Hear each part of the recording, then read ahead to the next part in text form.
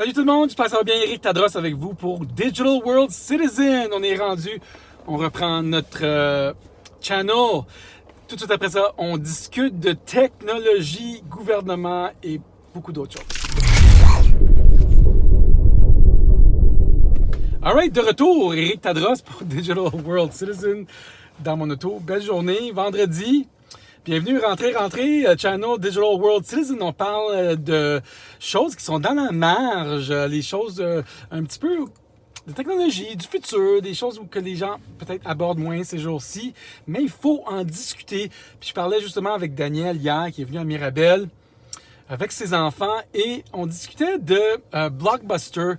Blockbuster avait l'opportunité d'acheter Netflix il y a 10 ans. Et maintenant, Blockbuster n'existe plus.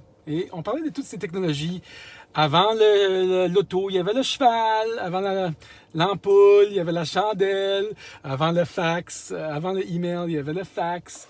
Et les technologies qui augmentent 10 fois l'efficacité, la rapidité, qui font un 10x ou 10 fois améliorent des systèmes de vie qui améliorent des choses 10 fois, prennent toujours le dessus et les autres choses deviennent n'existent quasiment plus. On prend un cheval pour s'amuser, mais on n'ira pas prendre un cheval pour se déplacer.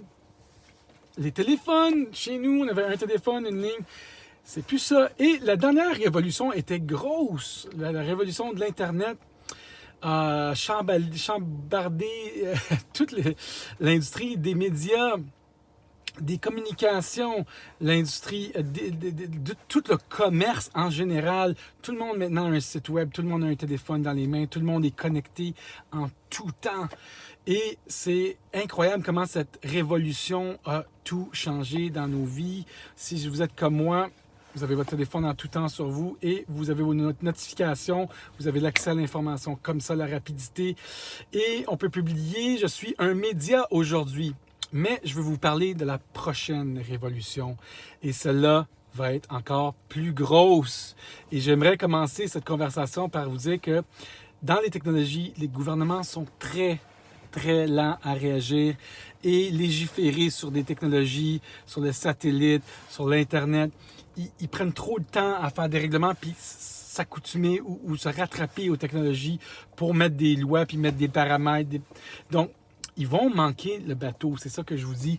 Et la prochaine technologie, la prochaine révolution, je veux dire, technologique, va être avec les gouvernements, avec les assurances, avec les banques. C'est eux qui vont être déstabilisés et transformés. On va perdre une coupe de banques, on va transformer le système banquier, on va transformer comment la valeur est transigée sur Internet. Donc, tout ce qui est de valeur sur Internet et tout ce qui est valeur dans la vie va être changé et on va pouvoir le transiger comme ça. Maintenant, si on envoie de l'argent en Chine, c'est bien mieux de mettre de l'argent dans un pack-sac, 10 000 $ puis aller en Chine, ça prend pas 10 heures, que de l'envoyer par wire transfer. Et ça va changer, c'est déjà changé en passant. Mais tout le reste aussi, tout ce qui a des intermédiaires, on a réglé avec la technologie du blockchain, tout ce qui a des intermédiaires et la confiance d'une transaction sur Internet, c'est maintenant réglé dans la chaîne de blocs. On n'a plus besoin de autant d'intermédiaires qu'avant. On n'a plus besoin d'intermédiaires de courtiers d'assurance, de courtiers immobiliers, de courtiers... Tout ce qui est des courtiers, une banque, c'est un courtier. Expliquez-moi pourquoi on a besoin d'une banque pour garder notre argent. Juste de l'information, de l'argent. Pourquoi on a besoin d'une banque avec des bureaux puis 4 murs pour garder notre argent là-dedans? C'est dépassé. Et les gouvernements, eux, pour parler de cette deuxième révolution-là, vont en prendre un coup parce que les gouvernements, c'est juste une compagnie qui nous offre des services d'assurance maladie, d'assurance chômage, d'assurance retraite. Et tout ça, ça va exploser. Ça existera moins. On va avoir besoin de moins de gouvernements, moins d'intermédiaires. Puis ils nous garantissent des choses, mais il y a d'autres systèmes qui vont être capables de nous garantir beaucoup plus dans le futur. Et on est au début de cette révolution-là. On est dans les années 1992, pour être exact, dans la révolution de l'Internet. 1993, 1995, et on avait le boom de 2000, le boom Internet, là. Peut-être qu'on est peut-être un petit peu plus proche que ça, peut-être 98 dans le boom de l'Internet présentement. Et ce boom-là va se passer un petit peu plus vite et un petit peu plus gros. Donc, le boom de l'Internet, il y a eu beaucoup de compagnies qui n'ont pas réussi, mais on connaît les 4-5 grosses compagnies. Facebook, Amazon, Netflix, Google, j'ai dit Facebook, en tout cas les 5 grosses gammas, je crois là. Donc, dans la nouvelle révolution, il va aussi avoir 5 gros gagnants qui englobent plein de petits gagnants. Et ce ne sera pas les 5 gagnants d'avant. Eux autres sont dans l'ancien paradigme, c'est dans le nouveau paradigme qu'il va y avoir 5 gros nouveaux gagnants qui sont déjà dans la game.